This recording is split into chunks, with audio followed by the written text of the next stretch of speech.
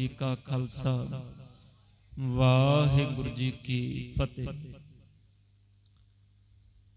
सतगुरु धन साहिब श्री गुरु ग्रंथ साहिब पातशाह जी सतगुरां दी पावन अमृत मुकद्दस बाणी, जिस बाणी दे बाबत बाबे नानक दे बड़े अमोलक बचन ने। सच की बाणी नानक आखे, सच सुनाए से सच की बेला। बहुत सारे दुनिया दे धार्मिक ग्रंथ जिन्हां विच दुनिया भर दे वहम भरम पखंड बहुत कुछ ऐसा है जिहड़ा लबा लब भरिया होया है। उत्थे धन गुरु ग्रंथ साहिब पातशाह जी दी पावन अमृत बाणी, जिहड़ी सिर्फ ते सिर्फ मनुख नूं जीवन जिउण दी लियाकत दसदी है, जिहड़ी सिर्फ ते सिर्फ मनुखी जीवन दे लई एक चानण मुनारा है, जिन्हों सतगुरु जी पावन बाणी विच कहंदे ने अमृत बाणी हर हर तेरी, सुन सुन होवे परमगत मेरी। कि सतगुर तेरी बाणी सुन के मेरी परमगत भाव मेरी जिहड़ी जीवन दी अवस्था है वो दिनों दिन उच्ची हुंदी जा रही है। पर जिन्ना कुछ है साध संगत जी, ये सब कुछ टिकिया किस चीज ते है, किस बेस ते किस आधार ते है। उनदे लई सतगुरां दा एक बचन हमेशा चेते रखिए, इनू गुरु दा सिद्धांत समझ लईए, इनू सतगुर दी दित्ती हुई एडवाइस समझ लईए। धन गुरु अमरदास पातशाह जी दे बहुत प्यारे बचन ने। पातशाह कहंदे ने सतगुर नो सब को वेखदा, जेता जगत संसार। पातशाह कहंदे ने गुरु नू सारा संसार सारा जगत वेख रहा है। धन गुरु ग्रंथ साहिब पातशाह जी दे दर्शन करन दे लई आपां भी गुरु दी गोद विच आने। हुण दर्शन दर्शन दे विच भी फर्क हुंदा है। जो असी दर्शन संसार दे अंदर बाहरी तौर ते गुरु दा करने आ, उत्थे सिर्फ सानू गुरु दे रुमाले, गुरु ते लगा होया चंदोआ साहब नजर आंदा है, गुरु ते हुंदी होई चवर साहब नजर आंदी है। पर जदों असी इस खजाने नू खोल के वेखने, जिन्हों धन गुरु अर्जुन देव पातशाह कहते ने प्यो दादे का खोल डिठा खजाना। जदों मैं अपने प्यो दादे दे इस खजाने नू खोल के वेखिया, जदों मैं अपने प्यो दादे दी इस विल नू पढ़ के वेखिया, जिहड़ी मेरे प्यो दादे भाव धन गुरु नानक साहिब पातशाह जी ने, जिहड़ी मेरे सतगुरां ने मैनू ये दात दिती, जदों मैनू खोल के वेखिया ते सतगुर पातशाह कहंदे ने तां मेरे मन पया निधाना। मेरे मन दे अंदर दुनिया भर दे खजाने प्रगट हो गए जदों मैं इस खजाने नू खोल के वेखिया। जदों मैं इस रब्बी दात नाल जुड़िया, इस अमृत बाणी नाल जुड़िया, धुर की बाणी नाल जुड़िया। ध्यान देना, संसार दे अंदर महज इको एक धन गुरु ग्रंथ साहिब पातशाह जी एक ऐसे ग्रंथ ने, एक ऐसे गुरु ने, जिन्हां ने समुची मानवता नू सिर्फ ते सिर्फ सुचज्जे ढंग नाल जीवन जीण दी जांच सिखाई है। असल विच दसिया भी बंदिया तू बंदा बन किवें सकना है। जे सारी जिंदगी बंदे नू बंदा बन के जीना ना आया ते गुरु अर्जुन देव पातशाह कहंदे ने फिर करतूत पशु की मानस जात, लोक पचारा करे दिन रात। सब कहंदे ने लोग जिन्ने मर्जी संसार दे यतन कर लैन, पर जे कर्म नहीं बदले ते सतगुर कहंदे ने फिर सच जानी जीवन नहीं बदल सकता। मनुख कर्मा करके मनुख है, कर्मा करके देवता है, कर्मा करके ही ये रब तक पहुंच सकता है। ते जे कर्म नीवें होण जान फिर ये सतगुर कहंदे ने पशु बनन लग्या भी समा नहीं लगता। ਆਓ ਸਤਿਗੁਰੂ ਗੁਰੂ ਗ੍ਰੰਥ ਸਾਹਿਬ ਪਾਤਸ਼ਾਹ ਜੀ ਦੀ ਆਪਾਂ ਅੱਜ ਪਹਿਲੇ ਪ੍ਰਕਾਸ਼ ਪੁਰਬ ਦੀ ਗੱਲ ਕਰਨੀ ਹੈ। ਗੁਰੂ ਅਰਜਨ ਦੇਵ ਪਾਤਸ਼ਾਹ ਜੀ ਨੇ ਕਿਰਪਾ ਕੀਤੀ, ਸਨ 1604 ਈਸਵੀ ਦੇ ਅੰਦਰ ਧੰਨ ਗੁਰੂ ਗ੍ਰੰਥ ਸਾਹਿਬ ਪਾਤਸ਼ਾਹ ਜੀ ਦਾ ਪਹਿਲਾ ਪ੍ਰਕਾਸ਼ ਕੀਤਾ, ਜਿਹੜਾ ਅੱਜ ਦਿਨ ਹੈ। ਵੈਸੇ ਮੈਂ ਪਿਛਲੇ ਦਿਨੀ ਵੀ ਜ਼ਿਕਰ ਕੀਤਾ ਸੀ, 3 ਦਿਹਾੜੇ ਨੇ ਸਤਿਗੁਰਾਂ ਦੇ ਪਾਵਨ ਗੁਰੂ ਗ੍ਰੰਥ ਸਾਹਿਬ ਜੀ ਨਾਲ ਜੁੜੇ ਹੋਏ। ਮੈਂ ਉਹਨਾਂ ਦੀ ਡਿਟੇਲ ਵਿੱਚ ਨਹੀਂ ਜਾਣਾ, ਸਿਰਫ ਬੇਨਤੀ ਵਜੋਂ ਪਹਿਲਾ ਦਿਹਾੜਾ ਜਿਹੜਾ ਤੁਸੀਂ ਅੱਜ ਗੁਰੂ ਦੀ ਗੋਦ ਵਿੱਚ ਬੈਠ ਕੇ ਮਨਾ ਰਹੇ ਹੋ, ਦੂਜਾ ਦਿਹਾੜਾ ਜਿਹੜਾ 30 ਤਰੀਕ ਪਿਛਲੇ ਮਹੀਨੇ ਲੰਘਿਆ, ਜਿਹਨੂੰ ਸਤਿਗੁਰਾਂ ਦਾ ਸੰਪਾਦਨਾ ਦਿਵਸ ਆਖਿਆ ਜਾਂਦਾ ਹੈ, ਉਹ ਦਿਹਾੜਾ ਜੋ ਸਤਿਗੁਰੂ ਗੁਰੂ ਗੋਬਿੰਦ ਸਿੰਘ ਪਾਤਸ਼ਾਹ ਜੀ ਨੇ ਦਮਦਮਾ ਸਾਹਿਬ ਜੀ ਦੀ ਧਰਤੀ ਤੇ ਗੁਰੂ ਗ੍ਰੰਥ ਸਾਹਿਬ ਪਾਤਸ਼ਾਹ ਜੀ ਦੀ ਸੰਪਾਦਨਾ ਕੀਤੀ। ਔਰ ਤੀਸਰਾ ਦਿਨ ਜੋ 1708 ਦੇ ਅੰਦਰ ਮੇਰੇ ਧੰਨ ਗੁਰੂ ਗੋਬਿੰਦ ਸਿੰਘ ਪਾਤਸ਼ਾਹ ਜੀ ਨੇ ਸਾਰੀ ਸਿੱਖ ਸੰਗਤ ਨੂੰ, ਜਦੋਂ ਸਤਿਗੁਰ ਜੋਤੀ ਜੋਤ ਸਮਾਨ ਲੱਗੇ ਨੇ ਤੇ ਧੰਨ ਗੁਰੂ ਗ੍ਰੰਥ ਸਾਹਿਬ ਪਾਤਸ਼ਾਹ ਜੀ ਦੇ ਪਾਵਨ ਸਰੂਪ ਪ੍ਰਕਾਸ਼ਮਾਨ ਕਰਾ ਕੇ ਸਤਿਗੁਰੂ ਗੁਰੂ ਗ੍ਰੰਥ ਸਾਹਿਬ ਪਾਤਸ਼ਾਹ ਜੀ ਦੀ ਤਾਬਿਆ ਖੜੇ ਹੋ ਕੇ ਧੰਨ ਗੁਰੂ ਗੋਬਿੰਦ ਸਿੰਘ ਪਾਤਸ਼ਾਹ ਜੀ ਨੇ ਬਚਨ ਕਹੇ ਸਨ ਕਿ ਸਭ ਸਿੱਖਨ ਕੋ ਹੁਕਮ ਹੈ, ਗੁਰੂ ਮਾਨਿਓ ਗ੍ਰੰਥ, ਗੁਰੂ ਗ੍ਰੰਥ ਜੀ ਮਾਨਿਓ ਪ੍ਰਗਟ ਗੁਰਾਂ ਕੀ ਦੇਹ। ਉਹ ਹੈ ਸਤਿਗੁਰਾਂ ਦਾ ਗੁਰਤਾ ਗੱਦੀ ਦਿਵਸ। ਸਤਿਗੁਰੂ ਗੁਰੂ ਨਾਨਕ ਪਾਤਸ਼ਾਹ ਜੀ ਨੇ ਸ਼ਬਦ ਗੁਰੂ ਦੇ ਸਿਧਾਂਤ ਦੀ ਆਰੰਭਤਾ ਕੀਤੀ। ਜੇ ਬਾਬੇ ਨਾਨਕ ਦਾ ਜੀਵਨ ਆਪਾਂ ਪੜ੍ਹਦੇ ਹਾਂ ਤੇ ਸਭ ਤੋਂ ਪਹਿਲਾਂ ਸਵਾਲ ਧੰਨ ਗੁਰੂ ਨਾਨਕ ਪਾਤਸ਼ਾਹ ਜੀ ਦੇ ਸਨਮੁਖ ਆਇਆ ਸੀ, ਜਦੋਂ ਬਾਬੇ ਨਾਨਕ ਨੂੰ ਸਿੱਧਾਂ ਨੇ ਇਹ ਸਵਾਲ ਕੀਤਾ ਸੀ ਵੀ ਤੇਰਾ ਗੁਰੂ ਕੌਣ ਹੈ। ਸਾਡੇ ਗੁਰੂ ਤੇ ਜੋਗੀ ਕਹਿਣ ਲੱਗੇ ਵੀ ਅਸੀਂ ਤੇ ਆਪਣੇ ਵੱਡੇ ਵਡੇਰਿਆਂ ਨੂੰ, ਜਿਵੇਂ ਉਹਨਾਂ ਦਾ ਗੁਰੂ ਸੀ ਭੰਗਰਨਾਥ, ਗੋਰਖਨਾਥ, ਪਰ ਹੇ ਨਾਨਕ ਜੀ ਉਹਨਾਂ ਨੇ ਬਾਲਾ ਕਹਿ ਕੇ ਸੰਬੋਧਨ ਕੀਤਾ ਬਾਬੇ ਨਾਨਕ ਨੂੰ, ਕਿਉਂਕਿ ਗੁਰੂ ਨਾਨਕ ਸਾਹਿਬ ਜੀ ਉਮਰ ਵਿੱਚ ਬੜੇ ਛੋਟੇ ਸਨ। ਉਹਨਾਂ ਦੀਆਂ ਉਮਰਾਂ ਬੜੀਆਂ ਲੰਮੇਰੀਆਂ ਸਨ, ਕਿਸੇ ਦੀ 100 ਸਾਲ ਦੀ, ਕਿਸੇ ਦੀ 200 ਸਾਲ ਦੀ, ਕੋਈ 500 ਸਾਲ ਦੀ ਉਮਰ ਜੀ ਰਿਹਾ। ਇਸ ਕਰਕੇ ਬਾਬਾ ਨਾਨਕ ਜੀ ਉਹਨਾਂ ਦੇ ਸਾਹਮਣੇ ਬਹੁਤ ਛੋਟੇ ਸਨ ਤੇ ਗੁਰੂ ਨਾਨਕ ਸਾਹਿਬ ਜੀ ਨੂੰ ਬਾਲਾ ਕਹਿ ਕੇ, ਜਿਹੜੀ ਅਸੀਂ ਪੁਰਾਤਨ ਜਨਮ ਸਾਖੀ ਪੜ੍ਹਨੇ, ਸਾਧ ਸੰਗਤ ਜਿਹੜੀਆਂ ਜਨਮ ਸਾਖੀਆਂ ਨੇ, ਇਹਨਾਂ ਵਿੱਚੋਂ ਸਭ ਤੋਂ ਪੁਰਾਤਨ ਜਨਮ ਸਾਖੀ ਹੈ ਜਿਹਨੂੰ ਪੁਰਾਤਨ ਜਨਮ ਸਾਖੀ ਆਖਿਆ। ਪੁਰਾਣੀ ਜਨਮ ਸਾਖੀ ਜਿਹੜੀ ਪੁਰਾਤਨ ਜਨਮ ਸਾਖੀ, ਧੰਨ ਗੁਰੂ ਹਰਗੋਬਿੰਦ ਸਾਹਿਬ ਪਾਤਸ਼ਾਹ ਜੀ ਦੇ ਵੇਲੇ ਤਕਰੀਬਨ ਇਹ ਮੰਨਿਆ ਜਾਂਦਾ ਵੀ ਇਹ ਜਨਮ ਸਾਖੀ ਲਿਖੀ ਗਈ, ਪਰ ਜਿਹੜੀ ਸੰਗਤ ਵਿੱਚ ਸਭ ਤੋਂ ਜ਼ਿਆਦਾ ਪ੍ਰਚਲਿਤ ਸਾਖੀ ਹੋਈ ਉਹ ਹੈ ਭਾਈ ਬਾਲੇ ਵਾਲੀ ਜਨਮ ਸਾਖੀ। ਹਾਲਾਂਕਿ ਉਹ ਵੀ ਇੱਕ ਬਹੁਤ ਵਿਚਾਰਨ ਵਾਲੀ ਵਿਸ਼ੇ ਨੇ ਸਾਰੇ, ਪਰ ਖੈਰ ਧੰਨ ਗੁਰੂ ਗੋਬਿੰਦ ਸਿੰਘ ਗੁਰੂ ਨਾਨਕ ਸਾਹਿਬ ਪਾਤਸ਼ਾਹ ਜੀ ਦੇ ਸਾਹਮਣੇ ਜਦੋਂ ਸਭ ਤੋਂ ਪਹਿਲੀ ਵਾਰ ਇਹ ਸਵਾਲ ਆਇਆ ਸੀ ਤੇ ਬਾਬੇ ਨਾਨਕ ਨੇ ਕਿਸੇ ਸਰੀਰ ਨੂੰ ਗੁਰੂ ਦੇ ਰੂਪ ਵਿੱਚ ਬਿਆਨ ਨਹੀਂ ਕੀਤਾ। ਸਾਹਿਬ ਜੀ ਨੇ ਆਖਿਆ ਸੀ ਸ਼ਬਦ ਗੁਰੂ, ਸੁਰਤ ਧੁਨ ਚੇਲਾ। ਇਹ ਵੀ ਨਹੀਂ ਆਖਿਆ ਵੀ ਸ਼ਬਦ ਮੇਰਾ ਗੁਰੂ ਹੈ ਤੇ ਮੈਂ ਉਹਦਾ ਚੇਲਾ। ਸਾਹਿਬ ਨੇ ਸਰੀਰ ਨੂੰ ਪ੍ਰੈਜ਼ੈਂਟ ਨਹੀਂ ਕੀਤਾ, ਸਰੀਰ ਨੂੰ ਇਹ ਨਹੀਂ ਆਖਿਆ ਵੀ ਸਰੀਰ ਸ਼ਬਦ ਗੁਰੂ ਦਾ ਚੇਲਾ ਹੈ। ਸਤਿਗੁਰ ਨੇ ਆਖਿਆ ਨਹੀਂ, ਸੁਰਤ ਧੁਨ ਚੇਲਾ, ਸੁਰਤ ਉਸ ਸ਼ਬਦ ਦਾ ਚੇਲਾ ਹੈ।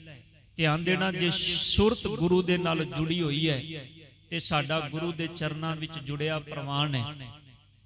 ਜੇ ਸਾਡੀ ਸੁਰਤ ਗੁਰੂ ਦੇ ਚਰਨਾਂ ਨਾਲ ਨਹੀਂ ਜੁੜੀ ਤੇ ਸਤਿਗੁਰ ਪਾਤਸ਼ਾਹ ਕਹਿੰਦੇ ਨੇ ਫਿਰ ਕਈ ਵਾਰੀ ਹਾਜ਼ਰ ਗੈਰ ਹਾਜ਼ਰ ਹੋ ਜਾਂਦੇ ਨੇ, ਤੇ ਜਿਹੜੇ ਗੈਰ ਹਾਜ਼ਰ ਨੇ ਉਹ ਹਾਜ਼ਰ ਹੋ ਜਾਂਦੇ ਨੇ, ਜਿਹੜੇ ਧੰਨ ਗੁਰੂ ਗੋਬਿੰਦ ਸਿੰਘ ਪਾਤਸ਼ਾਹ ਜੀ ਦੇ ਜੀਵਨ ਦੀ ਘਟਨਾ ਹੈ। ਅਸੀਂ ਆਪ ਡਿਸਾਈਡ ਕਰਨਾ ਹੈ ਵੀ ਗੁਰੂ ਦੀ ਹਜ਼ੂਰੀ ਵਿੱਚ ਬੈਠ ਕੇ ਸੁਰਤ ਨੂੰ ਗੁਰੂ ਨਾਲ ਜੋੜਨਾ ਹੈ ਕਿ ਗੁਰੂ ਦੀ ਹਜ਼ੂਰੀ ਵਿੱਚ ਬੈਠ ਕੇ ਵੀ ਸੰਸਾਰ ਨਾਲ ਜੁੜੇ ਰਹਿਣਾ ਹੈ। ਧੰਨ ਗੁਰੂ ਨਾਨਕ ਪਾਤਸ਼ਾਹ ਜੀ ਨੇ ਸਭ ਤੋਂ ਪਹਿਲਾਂ ਸ਼ਬਦ ਗੁਰੂ ਦੀ ਗੱਲ ਕੀਤੀ। ਸਤਿਗੁਰੂ ਗੁਰੂ ਪਾਤਸ਼ਾਹ ਜੀ ਜਿੰਨਾ ਸਮਾਂ ਸੰਸਾਰ ਦੇ ਅੰਦਰ ਵਿਚਰਦੇ ਰਹੇ, ਉਸ ਸਮੇਂ ਅੰਦਰ ਮੇਰੇ ਸਤਿਗੁਰਾਂ ਨੇ ਵੱਖ-ਵੱਖ ਭਗਤਾਂ ਦੀ ਬਾਣੀ ਇਕੱਤਰ ਕੀਤੀ। ਉਹਨਾਂ ਵਿੱਚੋਂ ਬਾਬਾ ਕਬੀਰ ਸਾਹਿਬ ਜੀ ਦੀ ਬਾਣੀ ਬਨਾਰਸ ਦੀ ਧਰਤੀ ਤੋਂ, ਬਾਬਾ ਫਰੀਦ ਸਾਹਿਬ ਜੀ ਦੀ ਬਾਣੀ ਪਾਕਪਟਨ ਦੀ ਧਰਤੀ ਤੋਂ, ਜਿਹੜੇ ਉਹਨਾਂ ਦੇ ਅੱਗੋਂ ਅਨੁਯਾਈ ਸਨ ਉਹਨਾਂ ਪਾਸੋਂ, ਹੋਰ ਭਗਤਾਂ ਦੀ ਬਾਣੀ ਧੰਨ ਗੁਰੂ ਨਾਨਕ ਪਾਤਸ਼ਾਹ ਜੀ ਨੇ ਇਕੱਤਰ ਕੀਤੀ। ਔਰ ਉਹ ਸਾਰੀ ਬਾਣੀ ਜਿਹੜੀ ਸਤਿਗੁਰਾਂ ਦੇ ਕੋਲੋਂ ਆਈ, ਮੇਰੇ ਸਤਿਗੁਰ ਜੀ ਉਸ ਬਾਣੀ ਨੂੰ ਇੱਕ ਪੋਥੀ ਦੇ ਵਿੱਚ ਲਿਖ ਲੈਂਦੇ ਸਨ। ਬਕਾਇਦਾ ਭਾਈ ਸਾਹਿਬ ਭਾਈ ਗੁਰਦਾਸ ਜੀ ਨੇ ਇਸ ਗੱਲ ਦਾ ਜ਼ਿਕਰ ਕੀਤਾ ਹੈ ਆਪਣੀ ਰਚਨਾ ਵਿੱਚ। ਜਦੋਂ ਸਤਿਗੁਰ ਜੀ ਮੱਕੇ ਦੀ ਧਰਤੀ ਤੇ ਗਏ ਤੇ ਬਾਬੇ ਨਾਨਕ ਨੂੰ ਉਹਨਾਂ ਮੌਲਵੀਆਂ ਨੇ, ਕਾਜ਼ੀਆਂ ਨੇ ਇਕੱਠੇ ਹੋ ਕੇ ਇੱਕ ਸਵਾਲ ਪੁੱਛਿਆ ਸੀ, ਨਾਨਕ ਜੀ ਕਿਰਪਾ ਕਰਕੇ ਸਾਨੂੰ ਇਹ ਦੱਸੋ ਵੀ ਆਪਣੀ ਇਸ ਕਿਤਾਬ ਨੂੰ, ਜਿਹੜੀ ਤੁਹਾਡੇ ਕੋਲੋਂ ਆਸਾ ਹੱਥ, ਕਿਤਾਬ ਕਸ਼, ਆਸਾ ਦਾ ਮਤਲਬ ਹੁੰਦਾ ਹੈ ਡੰਡਾ, ਕਿਉਂਕਿ ਲੰਮਾ ਸਫ਼ਰ ਹੈ, ਲੰਮੇਰੇ ਸਫ਼ਰ ਦੇ ਅੰਦਰ ਕੋਲੋਂ ਕੋਈ ਨਾ ਕੋਈ ਐਸਾ ਸ਼ਸਤਰ ਵੀ ਚਾਹੀਦਾ ਜਿਹੜਾ ਰਸਤੇ ਵਿੱਚ ਕੰਮ ਆ ਸਕੇ। ਬਾਬੇ ਨਾਨਕ ਦੇ ਹੱਥ ਵਿੱਚ ਇੱਕ ਡੰਡਾ ਹੈ, ਆਸਾ ਹੱਥ, ਕਿਤਾਬ ਕੱਚ। ਉਹਨਾਂ ਦੇ ਕੋਲ ਇੱਕ ਕਿਤਾਬ ਹੈ, ਪੋਥੀ ਹੈ, ਜਿੰਦੇ ਵਿੱਚ ਸਤਿਗੁਰ ਜੀ ਬਾਣੀ ਲਿਖਦੇ ਸਨ। ਤੇ ਉਸੇ ਪੋਥੀ ਵੱਲ ਜ਼ਿਕਰ ਕਰਕੇ, ਉਂਗਲ ਕਰਕੇ ਉਹ ਕਾਜੀ ਮੌਲਵੀ ਕਹਿੰਦੇ ਨੇ ਕਿਰਪਾ ਕਰਕੇ ਦੱਸੋ ਵੀ ਇਸ ਸੰਸਾਰ ਦੇ ਅੰਦਰ ਹਿੰਦੂ ਵੱਡਾ ਹੈ ਕਿ ਮੁਸਲਮਾਨ ਵੱਡਾ ਹੈ। ਧਿਆਨ ਦੇਣਾ ਸਾਧ ਸੰਗਤ, ਆਦਿ ਕਾਲ ਤੋਂ ਇਸ ਧਰਤੀ ਦੇ ਉੱਤੇ ਇਹ ਲੜਾਈ ਰਹੀ ਹੈ। ਜਦੋਂ ਦੋ ਤਰ੍ਹਾਂ ਦੀ ਮਤ ਪੈਦਾ ਹੁੰਦੀ ਹੈ ਸਮਾਜ ਵਿੱਚ, ਤੇ ਉਨ ਦੋ ਤਰ੍ਹਾਂ ਦੀ ਮਤ ਵਿੱਚ ਇੱਕ ਝਗੜਾ ਹੁੰਦਾ ਹੀ ਹੁੰਦਾ ਹੈ ਕਿ ਮੈਂ ਜ਼ਿਆਦਾ ਚੰਗਾ ਕਿ ਇਹ ਜ਼ਿਆਦਾ ਚੰਗਾ ਹੈ। ਇੱਕ ਕਾਮਨ ਗੱਲ ਹੈ, ਇੱਕ ਕੁਦਰਤੀ ਨੇਚਰ ਹੈ। ਧਿਆਨ ਦੇਣਾ, ਇਹ ਕੁਦਰਤੀ ਸੁਭਾਅ ਹੈ, ਹਰ ਇੱਕ ਚੀਜ਼ ਦੇ ਅੰਦਰ ਐਸਾ ਹੁੰਦਾ ਹੈ। ਲੜਾਈ ਸਿਰਫ ਬੰਦਿਆਂ ਦੇ ਅੰਦਰ ਨਹੀਂ, ਤੁਸੀਂ ਵੇਖੋ ਪ੍ਰਕਿਰਤੀ ਦੇ ਹਰ ਜੀ ਜੰਤ ਦੇ ਅੰਦਰ ਇਹ ਲੜਾਈ ਹੈ। ਜਦੋਂ ਤੁਸੀਂ ਕਦੇ ਡਿਸਕਵਰੀ ਚੈਨਲ ਵੇਖਦੇ ਹੋ ਤੇ ਵੇਖੋਂਦੇ ਤੇ ਵੀ ਪਸ਼ੂ ਵੀ ਜਿਸ ਥਾਂ ਤੇ ਰਹਿੰਦੇ ਨੇ ਨਾ, ਉਹਨਾਂ ਦੀ ਥਾਂ ਤੇ ਕੋਈ ਦੂਜਾ ਆ ਜਾਏ ਤੇ ਉਹ ਵੀ ਯਤਨ ਕਰਦਾ ਹੈ ਕਿ ਮੈਂ ਆਪਣੀ ਥਾਂ ਨੂੰ ਇਹਦੇ ਤੋਂ ਬਚਾ ਕੇ ਰੱਖਾਂ, ਉਹ ਵੀ ਉਹਦੇ ਨਾਲ ਲੜਦਾ ਹੈ। ਇਹ ਕੁਦਰਤੀ ਹੈ। ਪਰ ਸਤਿਗੁਰੂ ਗੁਰੂ ਨਾਨਕ ਪਾਤਸ਼ਾਹ ਜੀ ਨੇ ਜਦੋਂ ਇਸ ਗੱਲ ਦਾ ਹੋਕਾ ਦਿੱਤਾ ਤੇ ਬਾਬੇ ਨਾਨਕ ਨੂੰ ਸਵਾਲ ਕੀਤਾ ਗਿਆ ਵੀ ਹਿੰਦੂ ਵੱਡਾ ਹੈ ਕਿ ਮੁਸਲਮਾਨ ਵੱਡਾ ਹੈ, ਤੇ ਗੁਰੂ ਨਾਨਕ ਪਾਤਸ਼ਾਹ ਜੀ ਨੇ ਕਿਰਪਾ ਕਰਕੇ ਉਸ ਵੇਲੇ ਬਚਨ ਕਹੇ ਸਨ। ਪਾਤਸ਼ਾਹ ਕਹਿਣ ਲੱਗੇ ਹਿੰਦੂ ਜਾਂ ਮੁਸਲਮਾਨ ਵੱਡਾ ਨਹੀਂ, ਵੱਡੇ ਨੇ ਬੰਦੇ ਦੇ ਕਰਮ, ਵੱਡੇ ਨੇ ਬੰਦੇ ਦੇ ਕੀਤੇ ਹੋਏ ਅਮਲ। ਸ਼ੁਭ ਅਮਲਾਂ ਬਾਝੋਂ ਦੋਨੋਂ ਰੋਈ। ਜੇ ਅਮਲ ਚੰਗੇ ਨਹੀਂ ਤੇ ਬਾਬਾ ਨਾਨਕ ਨੇ ਆਖਿਆ ਹਿੰਦੂ ਕੋਲੋਂ ਅਮਲ ਚੰਗੇ ਨਹੀਂ ਤੇ ਉਹਨੂੰ ਵੀ ਦੁਖੀ ਹੋਣਾ ਪਏਗਾ, ਤੇ ਜੇ ਮੁਸਲਮਾਨ ਕੋਲੋਂ ਚੰਗੇ ਅਮਲ ਨਹੀਂ ਤੇ ਦੁਖੀ ਉਹਨੂੰ ਵੀ ਹੋਣਾ ਪਏਗਾ। ਤੇ ਇੰਜ ਕਹਿ ਲੋ, ਜੇ ਸਿੱਖਾ ਤੇਰੇ ਕੋਲੋਂ ਚੰਗੇ ਅਮਲ ਨਹੀਂ ਤੇ ਧੰਨ ਗੁਰੂ ਨਾਨਕ ਸਾਹਿਬ ਕਹਿੰਦੇ ਨੇ ਗੁਰੂ ਕੇ ਸਿੱਖਾ ਫਿਰ ਰੋਣਾ ਤੈਨੂੰ ਵੀ ਪਏਗਾ, ਦੁਖੀ ਤੈਨੂੰ ਵੀ ਹੋਣਾ ਪਏਗਾ। ਐਸਾ ਨਹੀਂ ਵੀ ਸਾਨੂੰ ਗੁਰੂ ਗ੍ਰੰਥ ਸਾਹਿਬ ਜੀ ਪਾਵਨ ਸਰੂਪ, ਪਾਵਨ ਬਾਣੀ ਮਿਲ ਗਈ ਹੈ ਤੇ ਅਸੀਂ ਸ਼ਾਇਦ ਸੰਸਾਰ ਦੇ ਅੰਦਰੋਂ ਤਰ ਗਏ ਹਾਂ। ਨਹੀਂ, ਤਰਾਂਗੇ ਉਦੋਂ ਜਿਦਨ ਇਸ ਬਾਣੀ ਨੂੰ ਸਮਝ ਕੇ ਪੜ੍ਹ ਲਵਾਂਗੇ, ਜਿਦਨ ਜਾਣ ਲਵਾਂਗੇ ਇਸ ਬਾਣੀ ਦਾ ਫਲਸਫਾ ਕੀ ਹੈ। ਬਾਬੇ ਨਾਨਕ ਦੇ ਸਾਹਮਣੇ ਸਵਾਲ ਆਇਆ ਤੇ ਸਤਿਗੁਰ ਨੇ ਜਵਾਬ ਦਿੱਤਾ। ਇਹ ਬਾਣੀ ਜਿਹੜੀ ਸਤਿਗੁਰ ਨੇ ਆਪਣੇ ਕੋਲੋਂ ਇਕੱਤਰ ਕੀਤੀ ਹੈ ਬਾਣੀ, ਮੇਰੇ ਪਾਤਸ਼ਾਹ ਜੀ ਨੇ ਫਿਰ ਦੂਜੇ ਜਾਮੇ ਵਿੱਚ ਧੰਨ ਗੁਰੂ ਅੰਗਦ ਦੇਵ ਸਾਹਿਬ ਪਾਤਸ਼ਾਹ ਜੀ ਨੂੰ ਦਿੱਤੀ। ਇਹ ਬਾਣੀ ਧੰਨ ਗੁਰੂ ਅੰਗਦ ਦੇਵ ਸਾਹਿਬ ਪਾਤਸ਼ਾਹ ਜੀ ਤੋਂ ਗੁਰੂ ਅਮਰਦਾਸ ਪਾਤਸ਼ਾਹ ਜੀ ਤੱਕ ਪਹੁੰਚੀ। ਗੁਰੂ ਅਮਰਦਾਸ ਪਾਤਸ਼ਾਹ ਜੀ ਤੱਕ ਤੋਂ ਧੰਨ ਗੁਰੂ ਰਾਮਦਾਸ ਸਾਹਿਬ ਪਾਤਸ਼ਾਹ ਜੀ ਤੱਕ, ਤੇ ਗੁਰੂ ਰਾਮਦਾਸ ਪਾਤਸ਼ਾਹ ਜੀ ਜਦੋਂ ਜੋਤੀ ਜੋਤ ਸਮਾਨ ਲੱਗੇ ਨੇ, ਇਹ ਅੰਮ੍ਰਿਤ ਬਾਣੀ ਦਾ ਖਜ਼ਾਨਾ ਗੁਰੂ ਰਾਮਦਾਸ ਪਾਤਸ਼ਾਹ ਜੀ ਗੁਰੂ ਅਰਜਨ ਦੇਵ ਸਾਹਿਬ ਜੀ ਨੂੰ ਦੇ ਕੇ ਗਏ। ਧਿਆਨ ਦੇਣਾ, ਕਈ ਵਾਰੀ ਅਸੀਂ ਜਦੋਂ ਇਤਿਹਾਸ ਨੂੰ ਪੜ੍ਹਨੇ ਆ, ਇਤਿਹਾਸ ਵਿੱਚੋਂ ਖਾਸ ਕਰਕੇ ਗੁਰੂ ਅਮਰਦਾਸ ਪਾਤਸ਼ਾਹ ਜੀ ਦੇ ਜੀਵਨ ਦੇ ਵਿੱਚੋਂ ਜ਼ਿਕਰ ਆਉਂਦਾ ਹੈ ਵੀ ਸਤਿਗੁਰ ਨੇ ਬਾਬਾ ਮੋਹਨ ਜੀ ਕੋਲੋਂ ਪੋਥੀਆਂ ਮੰਗਵਾਈਆਂ। ਗੁਰਬਾਣੀ ਦਾ ਸ਼ਬਦ ਹੈ ਮੋਹਨ ਤੇਰੇ ਉੱਚੇ ਮੰਦਰ। ਹਾਲਾਂਕਿ ਉੱਥੇ ਮੋਹਨ ਸ਼ਬਦ ਜਿਹੜਾ ਹੈ ਉਹ ਬਾਬਾ ਮੋਹਨ ਨੂੰ ਸੰਬੋਧਨ ਨਹੀਂ ਕੀਤਾ, ਉੱਥੇ ਮੋਹਨ ਸ਼ਬਦ ਦਾ ਅਰਥ ਹੈ ਪ੍ਰਮਾਤਮਾ, ਅਕਾਲ ਪੁਰਖ। ਹੇ ਮੇਰੇ ਰੱਬ ਜੀ, ਤੇਰੇ ਮੰਦਰ ਭਾਵ ਤੇਰਾ ਜਿਹੜਾ ਉਹ ਥਾਂ ਜਿੱਥੇ ਤੂੰ ਵਸਣਾ, ਸੋ ਦਰ ਕਿਹਾ, ਸੋ ਘਰ ਕਿਹਾ, ਜਿਤ ਬੈ ਸਰਬ ਸੰਭਾਲੇ। ਮੇਰੇ ਧੰਨ ਗੁਰੂ ਨਾਨਕ ਸਾਹਿਬ ਕਹਿੰਦੇ ਨੇ ਮੇਰੇ ਮਾਲਕ ਤੇਰਾ ਮੰਦਰ, ਤੇਰਾ ਉਹ ਘਰ ਬੜਾ ਉੱਚਾ ਹੈ। ਉੱਥੇ ਅਸੀਂ ਇਸ ਚੀਜ਼ ਨੂੰ ਇਸ ਪ੍ਰਕਰਨ ਨਾਲ ਜੁੜਿਆ। ਖੈਰ ਉਹ ਵਿਸ਼ਾ ਨਹੀਂ ਆਪਣਾ। ਗੁਰੂ ਅਰਜਨ ਦੇਵ ਪਾਤਸ਼ਾਹ ਜੀ ਤੱਕ ਇਹ ਬਾਣੀ ਪਹੁੰਚੀ। ਜਦੋਂ ਧੰਨ ਗੁਰੂ ਅਰਜਨ ਦੇਵ ਪਾਤਸ਼ਾਹ ਜੀ ਤੱਕ ਇਹ ਬਾਣੀ ਪਹੁੰਚੀ ਤੇ ਇੱਕ ਦਿਨ, ਦੋ ਕਾਰਨ ਇਤਿਹਾਸਕਾਰਾਂ ਨੇ ਬੜੇ ਪਿਆਰੇ ਲਿਖੇ ਨੇ ਕਿਉਂ ਸਤਿਗੁਰਾਂ ਨੂੰ ਜ਼ਰੂਰਤ ਪਈ। ਜਿਹੜੀ ਬਾਣੀ ਅਜੇ ਤੱਕ ਪੋਥੀਆਂ ਦੇ ਰੂਪ ਵਿੱਚ ਸੀ, ਪੰਜਵੇਂ ਜਾਮੇ ਤੱਕ ਇਹ ਬਾਣੀ ਹੂਬਹੂ ਪੋਥੀਆਂ ਦੇ ਰੂਪ ਵਿੱਚ ਆਈ, ਪਰ ਕੀ ਕਾਰਨ ਸੀ ਵੀ ਧੰਨ ਗੁਰੂ ਅਰਜਨ ਦੇਵ ਪਾਤਸ਼ਾਹ ਜੀ ਨੂੰ ਗੁਰੂ ਗ੍ਰੰਥ ਸਾਹਿਬ ਪਾਤਸ਼ਾਹ ਜੀ ਦੀ ਸੰਪਾਦਨਾ ਕਰਨੀ ਪਈ। ਸਾਹਿਬ ਗੁਰੂ ਗ੍ਰੰਥ ਸਾਹਿਬ ਪਾਤਸ਼ਾਹ ਜੀ ਆਦਿ ਗੁਰੂ ਗ੍ਰੰਥ ਸਾਹਿਬ ਜੀ ਦਾ ਇਹ ਪਾਵਨ ਸਰੂਪ ਤਿਆਰ ਕਰਨਾ ਪਿਆ। ਸਤਿਗੁਰੂ ਗੁਰੂ ਅਰਜਨ ਦੇਵ ਪਾਤਸ਼ਾਹ ਜੀ ਦੇ ਕੋਲੋਂ ਕਾਬਲ ਤੋਂ ਸੰਗਤ ਚੱਲ ਕੇ ਆਈ। ਘਟਨਾਵਾਂ ਸਤਿਗੁਰਾਂ ਕੋਲੋਂ ਪਹਿਲਾਂ ਵੀ ਕਈ ਵਾਰੀ ਆਈਆਂ, ਪਰ ਅੱਜ ਸੰਗਤ ਦੇ ਵਿੱਚ ਬੈਠਿਆਂ ਇੱਕ ਗੁਰੂ ਕੇ ਪਿਆਰੇ ਸਿੱਖ ਨੇ ਗੁਰਬਾਣੀ ਕੀਰਤਨ ਕੀਤਾ। ਧਿਆਨ ਦੇਣਾ, ਗੁਰਬਾਣੀ ਦਾ ਕੀਰਤਨ ਸੰਗਤ ਵਿੱਚੋਂ ਕਿਸੇ ਸਿੱਖ ਨੇ, ਜਿਹੜਾ ਕਾਬਲ ਤੋਂ ਆਇਆ ਸੀ, ਉਹਨੇ ਗੁਰਬਾਣੀ ਕੀਰਤਨ ਕੀਤਾ। ਤੇ ਜਦੋਂ ਸ਼ਬਦ ਪੜਿਆ, ਧੰਨ ਗੁਰੂ ਅਰਜਨ ਦੇਵ ਪਾਤਸ਼ਾਹ ਜੀ ਨੇ ਭਾਈ ਗੁਰਦਾਸ ਜੀ ਨੂੰ ਕਹਿ ਕੇ ਉਹਨੂੰ ਸ਼ਬਦ ਪੜਨ ਤੋਂ ਰੋਕ ਦਿੱਤਾ। ਹੁਣ ਕੋਈ ਸ਼ਬਦ ਪੜਦਾ ਹੋਵੇ ਤੇ ਗੁਰੂ ਅਰਜਨ ਦੇਵ ਪਾਤਸ਼ਾਹ ਜੀ ਨੇ ਵਿੱਚੇ ਰੋਕ ਦਿੱਤਾ। ਸਿੱਖਾਂ ਲਈ ਇਹ ਗੱਲ ਬੜੀ ਹੈਰਾਨੀ ਵਾਲੀ ਸੀ। ਗੁਰੂ ਅਰਜਨ ਦੇਵ ਪਾਤਸ਼ਾਹ ਜੀ ਦੇ ਕੋਲੋਂ ਉਹ ਸਿੱਖ ਆਇਆ ਵੀ ਸਤਿਗੁਰ ਜੀ, ਮੈਂ ਖਿਮਾ ਦਾ ਜਾਚਕ ਹਾਂ, ਮੈਂ ਤੁਹਾਡਾ ਇੱਕ ਅਦਨਾ ਜਿਹਾ ਸਿੱਖ ਹਾਂ। ਸਿੱਖ ਕੋਲੋਂ ਗਲਤੀ ਹੁੰਦੀ ਹੈ, ਪਰ ਸਤਿਗੁਰ ਜੀ ਐਸੀ ਕਿਹੜੀ ਖਤਾ ਕਿ ਤੁਸੀਂ ਸ਼ਬਦ ਪੜਨ ਤੋਂ ਰੋਕ ਦਿੱਤਾ? ਤੇ ਗੁਰੂ ਅਰਜਨ ਦੇਵ ਪਾਤਸ਼ਾਹ ਜੀ ਨੇ ਬਚਨ ਕੇ ਸਾਹਿਬ ਕਹਿਣ ਲੱਗੇ, ਜਿਹੜਾ ਤੁਸੀਂ ਸ਼ਬਦ ਪੜ ਰਹੇ ਹੋ, ਇਹ ਸ਼ਬਦ ਤੁਸੀਂ ਸੁਣਿਆ ਕਿੱਥੋਂ? ਇਹ ਸ਼ਬਦ ਤੁਹਾਡੇ ਧਿਆਨ ਵਿੱਚ ਜਾਂ ਤੁਹਾਡੇ ਜ਼ਿਹਨ ਵਿੱਚ ਜਾਂ ਤੁਹਾਡੇ ਦਿਮਾਗ ਦੇ ਅੰਦਰ ਇਹ ਸ਼ਬਦ ਆਇਆ ਕਿਵੇਂ? ਤੇ ਇਸ ਨੂੰ ਜਿਹਨੂੰ ਤੁਸੀਂ ਸੰਗਤ ਦੇ ਸਾਹਮਣੇ ਪੜ ਰਹੇ ਹੋ। ਉਹ ਸਿੱਖ ਨੇ ਕਿਹਾ, ਸਤਿਗੁਰ ਜੀ ਇਹੋ ਜਿਹੇ ਕਈ ਸ਼ਬਦ ਨੇ ਜਿਹੜੇ ਸਿੱਖ ਆਪਸ ਵਿੱਚ ਬਹਿੰਦੇ ਨੇ ਤੇ ਪੜ੍ਹਦੇ ਨੇ। ਉਹਨੇ ਹੋਰ ਵੀ ਸ਼ਬਦ ਸੁਣਾਏ। ਗੁਰੂ ਅਰਜਨ ਦੇਵ ਪਾਤਸ਼ਾਹ ਜੀ ਨੇ ਬਚਨ ਕੇ ਕਹਿਣ ਲੱਗੇ, ਗੁਰੂ ਕੇ ਸਿੱਖਾ, ਇਹ ਬਾਣੀ ਗੁਰੂ ਕੀ ਬਾਣੀ ਨਹੀਂ, ਇਹ ਬਾਣੀ ਸੱਚੀ ਬਾਣੀ ਨਹੀਂ, ਇਹ ਕੱਚੀ ਬਾਣੀ ਹੈ। ਅਸਲ ਵਿੱਚ ਉਹ ਸ਼ਬਦ ਸੀ ਮਿਹਰਵਾਨ ਦਾ ਉਚਾਰਨ ਕੀਤਾ ਹੋਇਆ, ਤੇ ਮਿਹਰਵਾਨ ਸੀ ਬਾਬਾ ਪਿਰਥੀ ਚੰਦ ਦਾ ਪੁੱਤਰ। ਤੇ ਬਾਬਾ ਪਿਰਥੀ ਚੰਦ ਗੁਰੂ ਅਰਜਨ ਦੇਵ ਪਾਤਸ਼ਾਹ ਜੀ ਦੇ ਵੱਡੇ ਭਰਾ ਸਨ। ਕਿਉਂਕਿ ਜਦੋਂ ਤੁਸੀਂ ਇਤਿਹਾਸ ਪੜ੍ਹਦੇ ਹੋ ਸਾਧ ਸੰਗਤ ਜੀ, ਇਤਿਹਾਸ ਅੰਦਰ ਬਾਬਾ ਪਿਰਥੀ ਚੰਦ ਨੇ ਹਰ ਇੱਕ ਯਤਨ ਕੀਤਾ ਸੀ। ਗੁਰੂ ਰਾਮਦਾਸ ਪਾਤਸ਼ਾਹ ਜੀ ਨਾਲ, ਆਪਣੇ ਪਿਤਾ ਗੁਰੂ ਨਾਲ ਝਗੜਾ ਵੀ ਕੀਤਾ ਤਾਂ ਕਿ ਗੁਰਤਾ ਗੱਦੀ ਮੈਨੂੰ ਮਿਲ ਜਾਏ। ਜਦੋਂ ਉਹਦਾ ਵਸ ਨਹੀਂ ਚੱਲਿਆ ਤੇ ਉਹਨੇ ਆਪਣੇ ਪੁੱਤਰ ਨੂੰ ਬਹੁਤ ਚੰਗੀ ਵਿਦਿਆ ਦਿੱਤੀ, ਪੜ੍ਹਾਈ ਕਰਾਈ। ਤੇ ਉਹਦਾ ਪੁੱਤਰ ਮਿਹਰਵਾਨ ਇੰਨਾ ਅਮਲ ਫਾਜ਼ਲ ਸੀ, ਉਹ ਹਿੰਦੀ, ਫਾਰਸੀ, ਉਰਦੂ, ਸੰਸਕ੍ਰਿਤ, ਬ੍ਰਿਜ, ਇਹਨਾਂ ਸਾਰੀਆਂ ਭਾਸ਼ਾਵਾਂ ਦਾ ਬੜਾ ਗਿਆਤਾ। ਤੇ ਉਹਨੇ ਧੰਨ ਗੁਰੂ ਗ੍ਰੰਥ ਸਾਹਿਬ ਪਾਤਸ਼ਾਹ ਜੀ ਦੇ ਤਰ੍ਹਾਂ ਬਿਲਕੁਲ ਹੂਬਹੂ ਬਾਣੀ ਉਚਾਰਨੀ ਸ਼ੁਰੂ ਕਰ ਦਿੱਤੀ।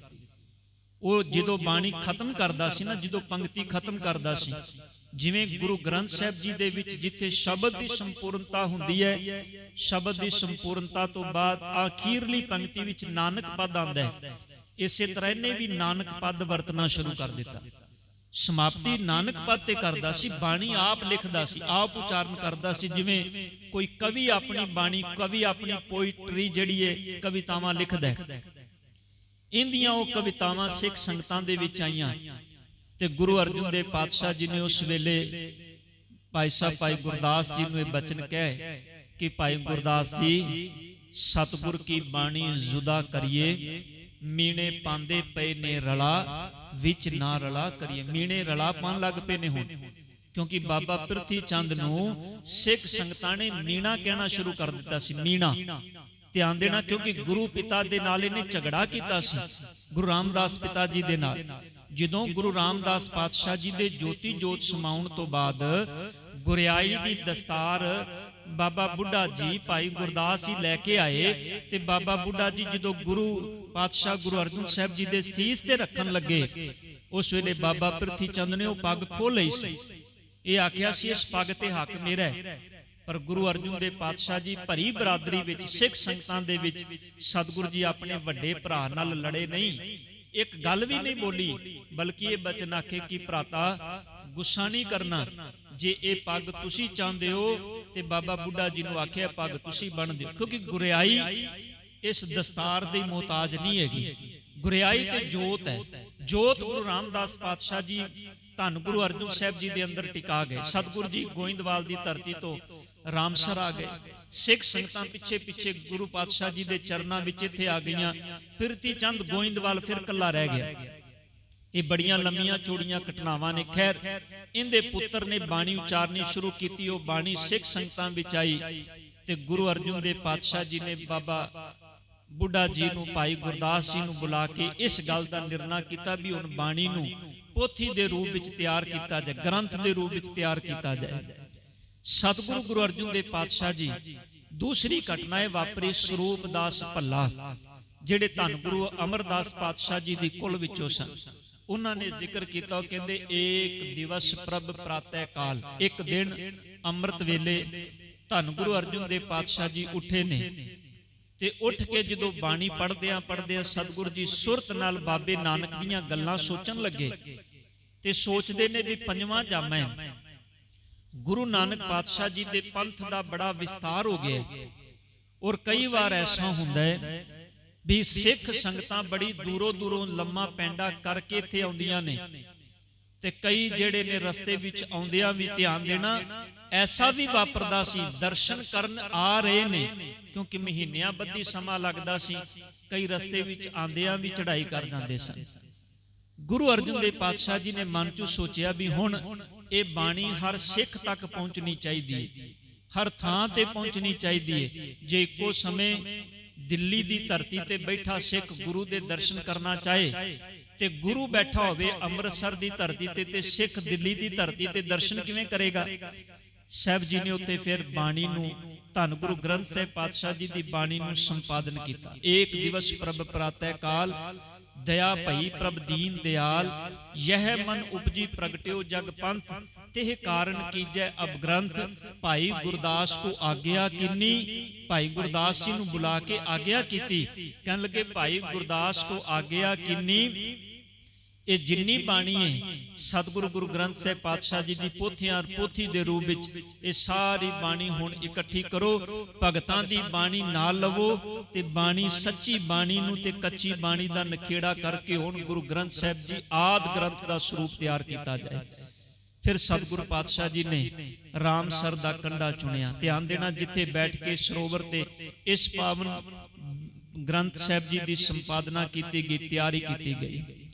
ਇਹ ਬੜਾ ਰਮਣੀਕ ਥਾਂ ਸੀ। ਇਸ ਥਾਂ ਦੇ ਉੱਤੇ ਅੰਜੀਰ ਦੇ ਬੂਟੇ, ਪਿੱਪਲ ਦੇ ਰੁੱਖ, ਹੋਰ ਅਨੇਕਾਂ ਤਰ੍ਹਾਂ ਦੇ ਰੁੱਖ, ਇੱਥੇ ਟਾਹਲੀ ਦੇ ਰੁੱਖ ਬੜੇ ਲੱਗੇ ਹੋਏ ਸਨ। ਬੜਾ ਰਮਣੀਕ ਥਾਂ।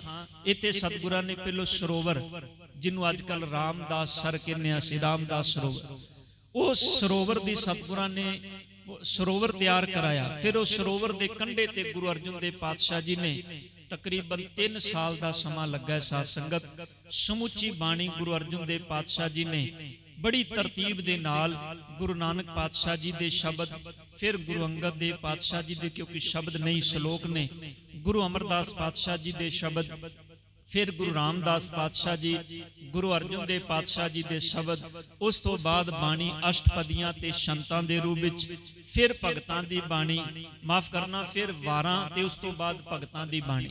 30 ਰਾਗਾਂ ਦੇ ਵਿੱਚ ਮੇਰੇ ਸਤਿਗੁਰ ਨੇ ਸੰਪੂਚੀ ਬਾਣੀ ਜਿਹੜੀ ਹੈ ਰਾਮਸਰ ਦੇ ਕੰਢੇ ਤੇ ਬਹਿ ਕੇ 1604 ਈਸਵੀ ਤੱਕ ਧੰਨ ਗੁਰੂ ਗ੍ਰੰਥ ਸਾਹਿਬ ਪਾਤਸ਼ਾਹ ਜੀ ਆਦਿ ਗ੍ਰੰਥ ਦੀ ਸੰਪਾਦਨਾ ਕੀਤੀ। ਇਸ ਪਾਵਨ ਗ੍ਰੰਥ ਨੂੰ ਲਿਖਣ ਦੀ ਸੇਵਾ ਜਿਹੜੀ ਹੈ ਉਹ ਭਾਈ ਸਾਹਿਬ ਭਾਈ ਗੁਰਦਾਸ ਜੀ ਨੇ ਕੀਤੀ।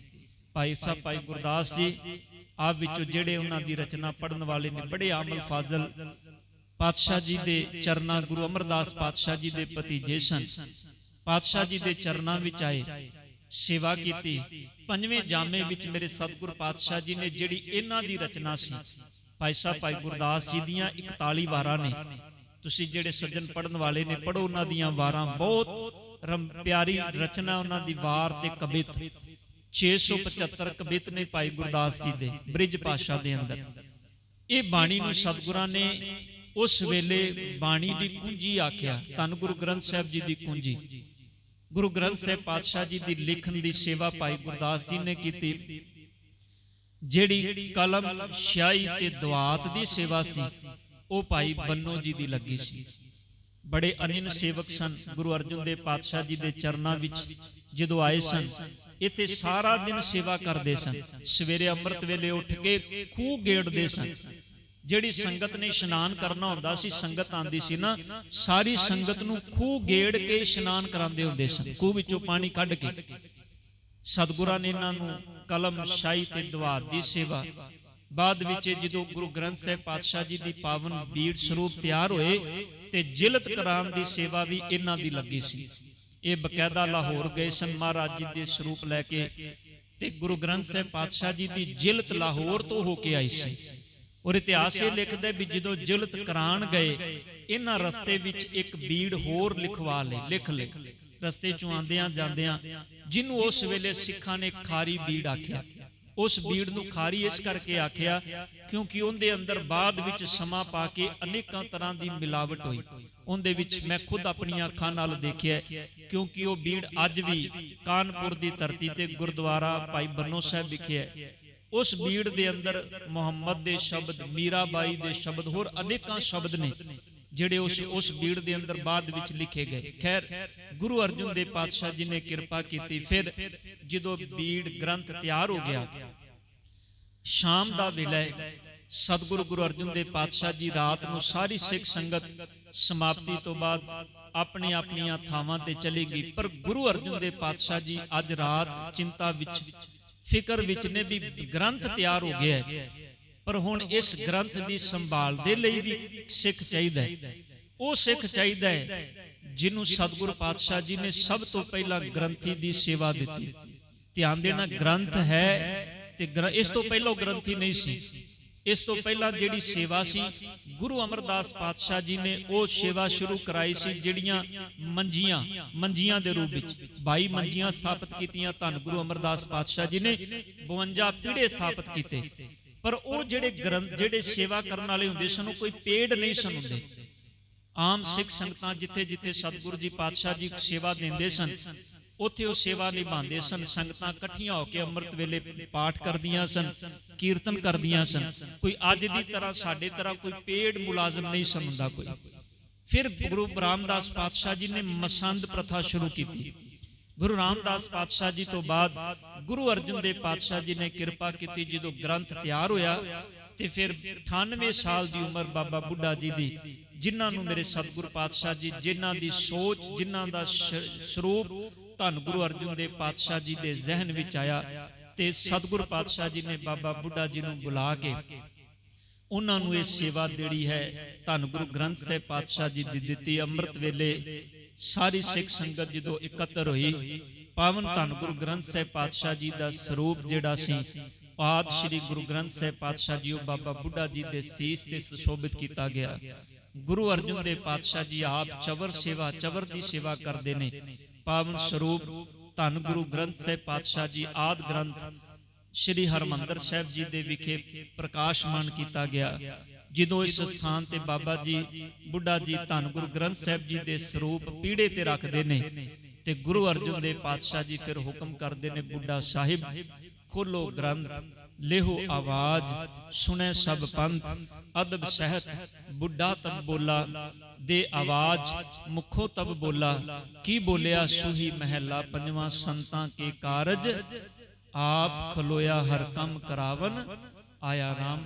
ਭਾਵ ਧੰਨ ਗੁਰੂ ਅਰਜਨ ਦੇਵ ਪਾਤਸ਼ਾਹ ਜੀ ਦਾ ਇਹ ਮੁਬਾਰਕ ਸ਼ਬਦ ਸੂਹੀ ਰਾਗ ਦੇ ਅੰਦਰੋਂ ਜਿਹੜਾ ਸਭ ਤੋਂ ਪਹਿਲਾਂ ਅੱਜ ਦੇ ਦਿਨ ਹੁਕਮ ਆਇਆ ਸੀ ਧੰਨ ਗੁਰੂ ਗ੍ਰੰਥ ਸਾਹਿਬ ਪਾਤਸ਼ਾਹ ਜੀ ਦੇ ਅੰਦਰੋਂ, ਇਸ ਦਿਨ ਮੇਰੇ ਸਤਿਗੁਰੂ ਪਾਤਸ਼ਾਹ ਜੀ ਨੇ ਗੁਰੂ ਗ੍ਰੰਥ ਸਾਹਿਬ ਜੀ ਦਾ ਪਹਿਲਾ ਪ੍ਰਕਾਸ਼ ਕੀਤਾ।